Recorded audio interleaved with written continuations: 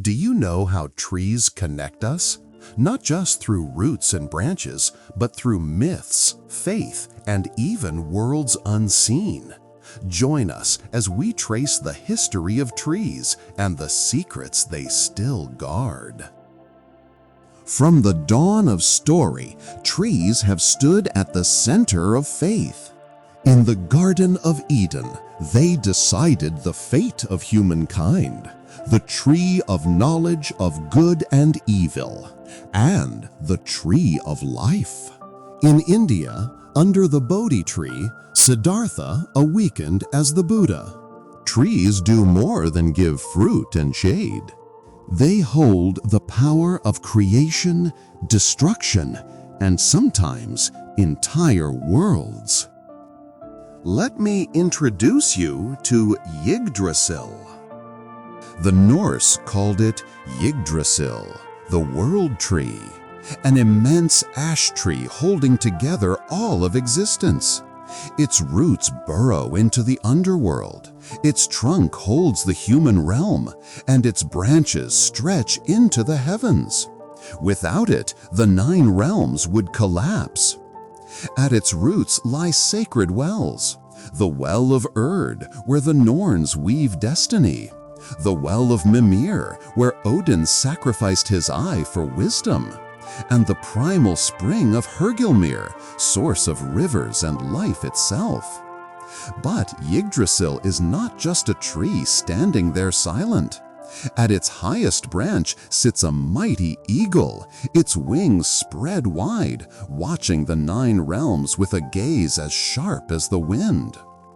Deep below, in the frozen dark of Niflheim, the dragon knee-hugger coils and gnaws endlessly at Yggdrasil's roots, dripping venom, hungering for the day it will bring the World-Tree down. Around him lie the bones of the dead, the whispers of decay. And racing between them is a trickster, Ratatoskr, the squirrel. He scurries up and down the trunk, carrying taunts and insults from the eagle to the dragon, fanning their eternal feud.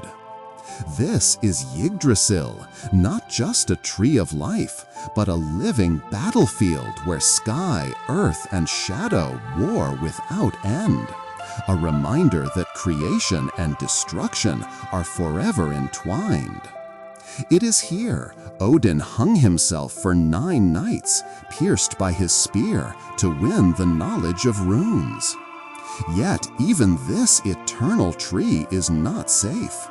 Prophecy says that when Ragnarok comes, Yggdrasil will tremble, and if it falls, all worlds, gods, giants, men, and spirits will fall with it. Yggdrasil is not just a tree. It is the backbone of creation, the keeper of wisdom, the battlefield of fate itself.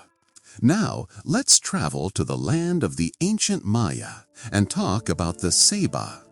The Maya axis. To the Maya, the Ceiba was the axis of creation. Its roots reached into Xibalba, the underworld. Its trunk stood in the human world.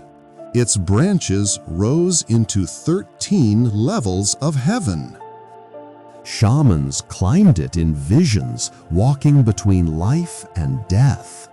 And some claimed that inside its massive trunk, hidden cities of spirits thrived, halls of ancestors, marketplaces of offerings, and chambers where gods and humans might meet without crossing into the mortal world.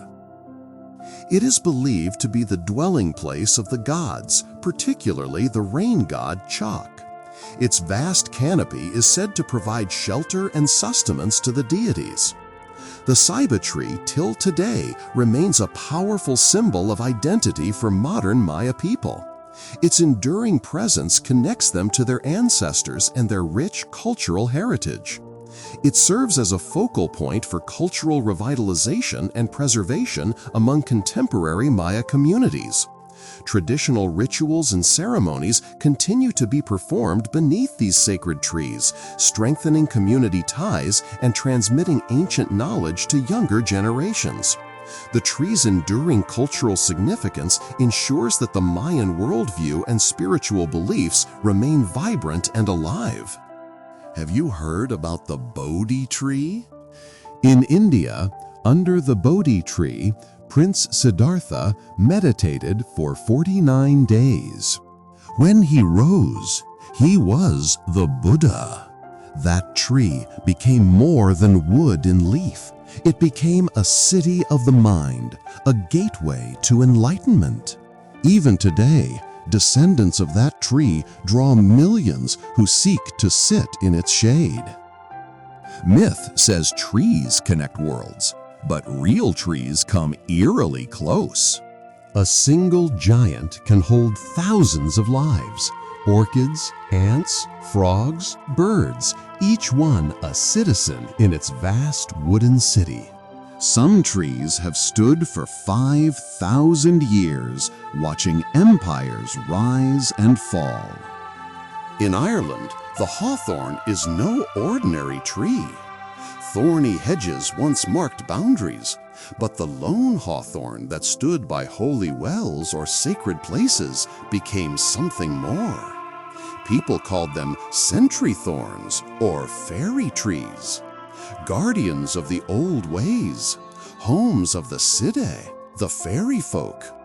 To touch one, to cut one, was to invite misfortune. That belief lingers. As recently as 2009 in County Tyrone, a hawthorn was felled, and locals whispered of a spirit once trapped beneath it. One man told the Belfast Telegraph, "The local priest would have come, exorcised a place, and put the spirit in a bottle. Then a tree would be planted so it would never be disturbed." But disturbed it was.